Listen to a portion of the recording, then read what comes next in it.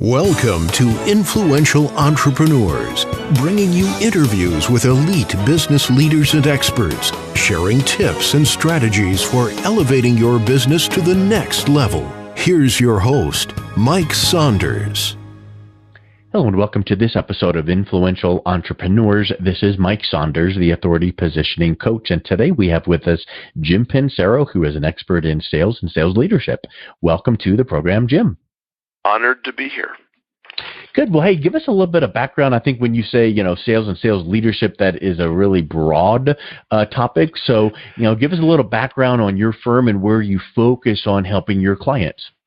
Excellent. Well, I am, as a sales and sales leadership consultant and trainer and professional speaker and that arc of support, everything I do is basically trying to help an individual or their organization increase their competitive advantage, as well as, if they're a larger organization, control of their sales force. We're going through a dramatic change right now in business, both in the sellers and the buyers, as the generational controller, generational responsibility and bias takes over. So buyers are changing how they bought as a boomer now into much more of a millennial focus. And the sales people, if you are an owner of a company, if you're not doing the sales yourself, there's likely you have a salesperson that's younger than you are. That could very well have a different motivation than you. What do you do about it to help them achieve? So it's working in those areas of helping companies increase their profitability and success by a better control of their sales organization in larger companies, and for all organizations, a stronger focus on your uniqueness and competitive advantage to differentiate yourself. You said a couple things there that I want to drill down deeper on, one of which is competitive advantage. And then the other that when we move on to the next topic, I want to say it so I don't forget it, but the buyer's journey. So I think that we can have some real fun with tying those two together. But talk for a little bit about what you see, maybe mistakes being made when people are saying, "Oh, our competitive advantage is we have great staff and great rates and we're friendly." Well, that's not a competitive advantage. Standard answer here is because of our high quality products, our strong will support, and you get me. Yeah, So what's happening today, and this is part of this shifting culture of change. If we go back 20 years in selling, you were really selling against a competitive scarcity, for lack of a better term, where the only way the customers would even know of your competitors was if the competitor was directly calling on them or if they ran into their booth at a trade show. Yeah. It just was very difficult to find a new vendor. So the vendors really, the competitive edge was if you were more aggressive in your prospecting, you found the customers didn't know about your competition, you got the business. Today, the reality is, it's something I call there's a competitive swarm that we have to deal with. Like the competitive swarms, like a swarm of insects. A great example is I live here in Dallas, and we had pretty significant. We get hailstorms down here. We had a very significant hailstorm about 2 months ago that really came through our neighborhood. So, of course, all of the roofing companies. Next morning, my phone was ringing. Yep. I've kept track since we became a prospect to the roofing companies because of this hailstorm that came through our area. I've had 35 companies reach out in some way to contact me, either on the telephone with a personal conversation or face-to-face ringing my doorbell. That's the swarm. Yep. So that if a customer today says, "Hey, I want sales training," Google sales training. I think you get like a bajillion people. There's this swarm. So the customer all of a sudden doesn't see much value in any individual competitor because they're just so overwhelmed with so many choices that they don't think that there's really a concern by focusing on only one because there's just so many of them out there.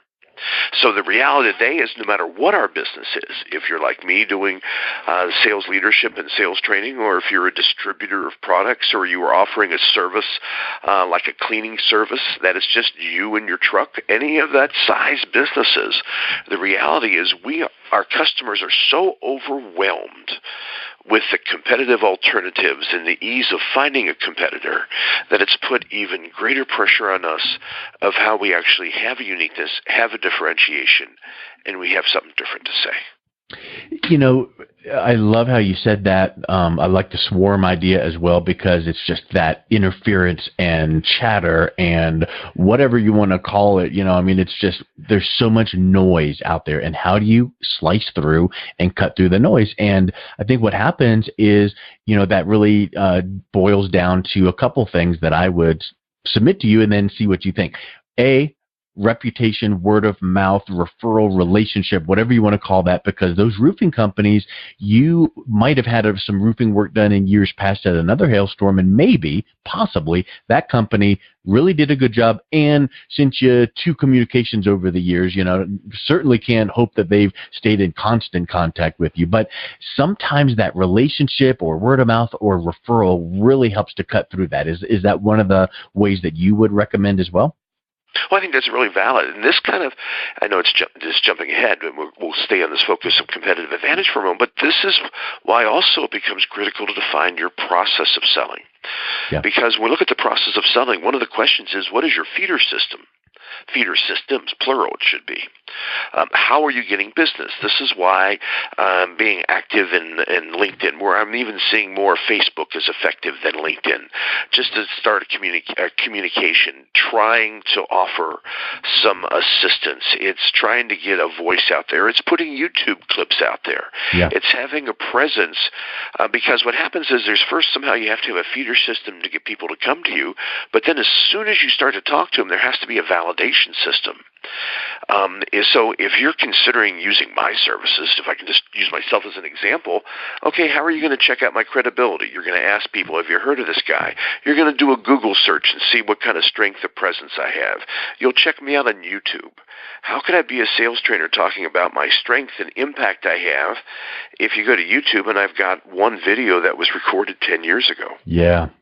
I mean, it doesn't validate. So, yeah, there's a number of pieces here. I think one of the critical things becomes, and it's kind of almost an outward control of circles around you, circles of influence. The first circle is, what are you doing extra to hang on to what you already got? It's interesting how many companies I see are so busy going after prospects and new business that they tend to ignore the business that they have, so then they lose it and they just got churning in the market. So they're doing a lot of prospecting, but they're just doing it to replace what they had, not to grow what they got. So part of this is, where is your support level and how do you come across as a total solution to your customer? See, there's been an evolution of competitive advantage that's gone on. If you go back to the old days, more than 15 years ago, let's just pick that as a definition of an old days, is that your competitive advantage was likely based primarily on your location. Whoever was closest tended to have an advantage. So if I was local, I had an edge. The next level up, it's like a hierarchy we can build, is that if a location wasn't important to you anymore, well, then I would brag about the uniqueness of my products. I've got a better offering than anybody else. That's the second level, is products. The third level, when the customer doesn't see much difference in your location or your products, the third level is, okay, then our service is better than anybody else. But service is even easier to duplicate than products are. So when that gets neutralized, the next level up, the customer brags about you brag to your customers about your brand. Our brand, our name is so strong that you can trust our name. That branding, positioning, and communication is your uniqueness and competitive advantage. The next level above that branding is then when all of a sudden now it's speed, simplicity, and ease of use is a competitive advantage, the Amazon model. Look at like people buy from Amazon when they could be buying from a distributor or an independent vendor, just because of the speed, simplicity, ease of use. 2 clicks and 2 days, and I got whatever I want. Even if I'm paying a premium price, the convenience, the speed, the simplicity is so superior, I'll pay a higher price for that, like I do with Amazon compared to other options. Look how many people today don't even shop for pricing alternatives. They just go right to Amazon and just buy it because speed, simplicity, and ease of use. The next level and the final level up I see is your information controls, how you have a connectivity and information control with the customer. How are you building a community so they come to you for help, not just come to you to buy? So that if I'm selling cleaning services, if I have a janitorial sanitary supply company on my website, I better have suggestions of how to get rid of stains, an emergency number for that help, so that you have a resource to go to, not just to buy something, but to get help using stuff. This is this evolution. So one of the things to ask is your listeners is, okay, when you talk about your competitive advantage right now, what are you basing that on? Are you basing it on your location? Are you basing it on your products? Are you basing it on your service? And the problem is, the younger the buyer, the more they take those for granted. Those are assumed. Yeah. Where that's today, just to get the game started. Yeah, it's still important to baby boomers, location, products, and service, because if you're old like me, I'm 67, I'm an old guy. If you're old like me, you remember going as a kid to buy a Japanese radio at the store that only cost you $1, and if it lasted longer than the batteries did, you consider that a success because you knew you were buying trash because it was cheap. So, but what happened was in the 80s, all these quality programs came about: ISO 9000, Six Sigma, Kaizen, all these quality processes. So today, if you go to Walmart to buy a toaster for $10, you still expect it to last 10 years. Yeah. So if you look, if I'm in here trying to sell you on my location, on my products, and on my service, look how the younger the buyer is, they're going, everybody has that. I take that for granted. You're going to get me what I need where I need it, and that you got a quality product. So what you watch happen is, the younger the individual buyer, the more likely its speed, simplicity, ease of use, and connectivity and brand are the competitive advantages to them, not the products or actual services you're delivering. And what's interesting, looking at the difference in generations, just one quick point on this, is that baby boomers, they value the brand of the manufacturer, where millennials tend to value the brand of the distributor. So if you're a baby boomer older individual, you still value Sony or Bose headphones or any of these specific brands. But if you're younger, as like a millennial, you value the brand of the distributor. So you want to do Amazon or Zappos shoes or those places, and you'll actually consider an equivalent brand as an acceptable swap because you want to stay with the distributor, not necessarily with the manufacturer. So we're even seeing a definition of a difference of what you define as of competitive edge and value. So it isn't just as simple as saying we've got to gain a competitive advantage, because the stuff you're working on to gain a competitive advantage might not be anything anybody really cares about. So now it's the issue of knowing your customers.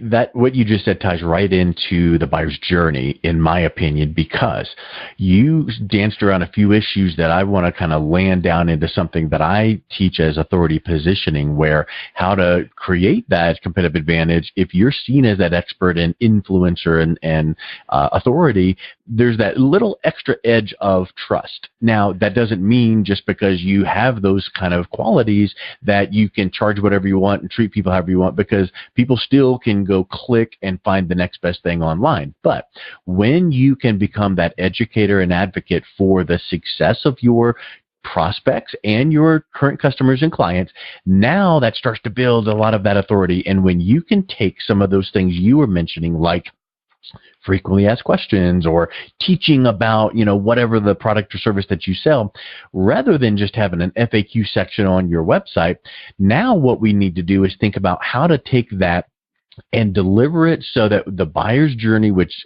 invariably today starts online. So when people start Googling for, toaster repair or whatever the case is, right, that they start seeing some of your content out there as, ooh, that's helpful. And it wasn't some buy now deadline coupon. It was a helpful article, or, hey, I was just interviewed on this podcast about this topic, and they see it online and they're like, I'm not going to call that salesperson just yet, but I saw that they were interviewed on this, or I saw their YouTube video, or I saw they were mentioned in the media, and now I'm going to consume that really quick before I even think about calling them. And once they see that the validity and the authenticity of what you're bringing, now there's that little extra trust built up so that they feel comfortable reaching out, maybe through an email or a phone call. Are you seeing some of those things as well, that you have to work that much harder because it's so much easier to lose a customer or client based on how easy technology is today? I think everything you're saying is rock solid stuff, but I even want to take it to a higher level that I watch. There's a problem of more significance. About a third of my work is presenting to associations, and another third is presenting to annual meetings of corporate annual meetings of their sales or sales leadership teams. Then the final third is in-depth work. And especially in the association, in the corporate environment, I see there's this change in process that we've got to separate. I talk about there's three major trends that are really challenging us as sales professionals and leading sales teams today. The first trend, dramatic, is the changing in the generations and their bias of communications and what they want. When did cell phones come into your life? If you're older like me, it came in as an adult, so it didn't really change how I communicated or affected my bias of how I communicate. But if you look at those younger, cell phones came out in the early 80s, so they never known life without a cell phone. So there is this frequency of communication of being on the team that they have experienced. So they want more of a chatter of communication than actually having significant but less frequent statements. The second major change I see happening is because of all this, the average buyer is bringing a salesperson in much later in the buying process than they ever did before. An example of this, let's say you and your family want to get a hot tub. 15 years ago, what you would have done is stopped at a hot tub store, maybe on a Saturday or on the way home someday, saw what they had, got a little basic education, picked up a couple brochures and some general prices, and then would go home and talk to your family about it. What would you do today? Well, now we have to look at the difference in ages. If you're older, like a baby boomer, what you do is, your first answer you would give is, what would you do today if you were interested in buying a hot tub? You would say, I would Google it. I would go and see what's available online, because that's what older people do. But studies have shown younger individuals, those under 40, they don't go to Google. They ask their friends. Huh. And there was a major study done that I apologize for, because I remember reading it and I thought, wow, I even talk about it and I forgot the authorship of it. Ultimate consulting faux pas. But what they talked about in the study was, they said, when you want to buy something new, where do you go as a resource for help? And for older people, number one choice was ask a sales rep. For millennials, it was number 7. Number 1 was ask your friends. Then number 2 was look it up online. Wow. So this is why we have to be involved in social connectivity, because the average person is going to ask their friends more than they will even Google or talk to a sales rep.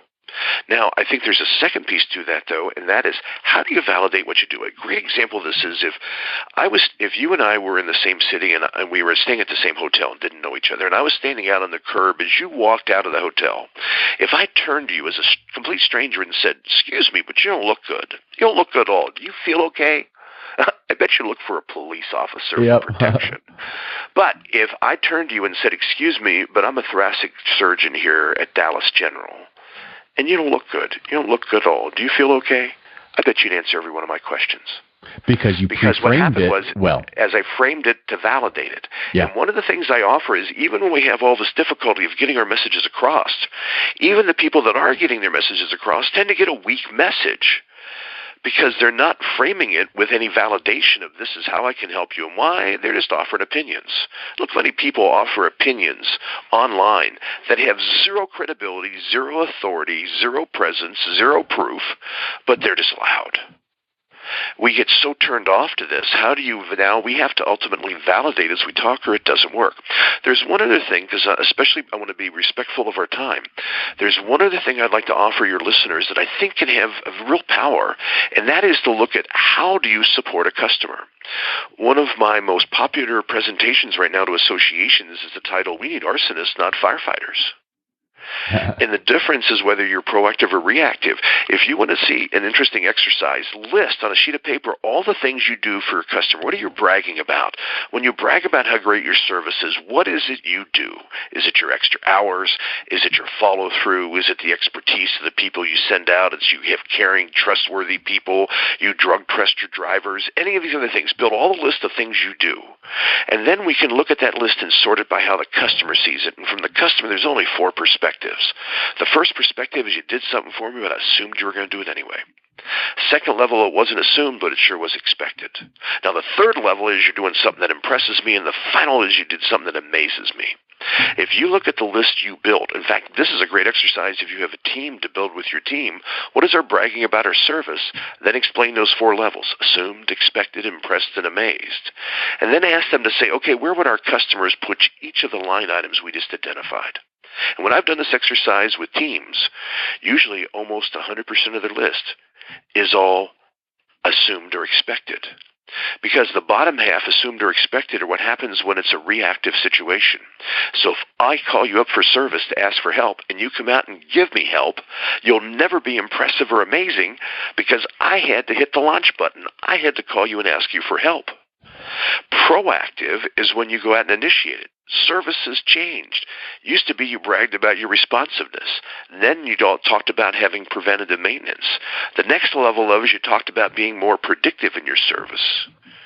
The final level is when you have condition-based monitoring, so the customer doesn't even have to think about it. Soft drink machines today are monitored by the supplier, so that you having a soft drink machine for your employees, you don't have to worry if it's empty or not. The vendor keeps care of it. That's the ultimate service. It's condition-based monitoring. They take care of it for you. Proactive versus reactive. So one of the questions about how you gain a competitive advantage, one of the things to ask is how predictive, how proactive, how much of an initiator are you with your customers? Or are you just waiting for them to have a problem to prove how good you are? Today it's the initiation. It's not the response that impresses customers. Yeah, you said a mouthful there. We could probably talk for about 7.5 more hours on that one chunk right there. So that's just sage advice. Thank you so much. Let's wrap up with what would you say a final thought would be that you really want the listeners to take into consideration regarding building that competitive advantage and trust, and then what's the best way that people can reach out and connect to learn more about what you put out there? Excellent. Happy to. The first thing I would offer is be aware there's 3 levels of competitive awareness. How high is your competitive awareness? Because if you want to gain a competitive advantage, the only way you can do that is you got to know where you are competitively. There's 3 levels of competitive awareness, though. The first level of competitive awareness I find about 90% of all people have, and that's product knowledge competitive awareness. If you can tell me why yours is better than theirs, that's product knowledge competitive awareness. The second level of competitive awareness is pricing competitive awareness. I know that if you're going to buy 10 units instead of 1, I know how my competitors will discount that at the last minute to try to close the sale. I know my pricing and where I am, especially volume pricing compared to my competitors. But it's the third area that's hurting everybody, that the majority of people aren't even aware of. And the third level of competitive awareness is what's the competitor's message?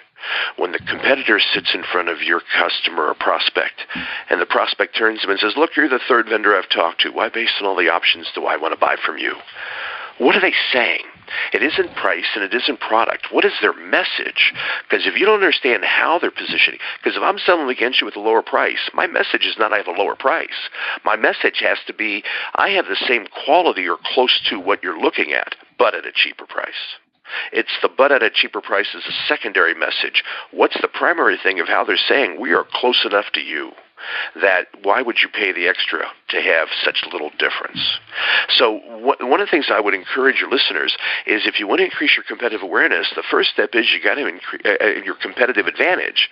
The first step is you have to increase your competitive awareness. To not know just what they're selling and what their prices are, but how are they positioning themselves? What are they saying? You got to visit their websites. You need to listen to their online presence. You need to interview customers about what they say. Why do you like buying from them?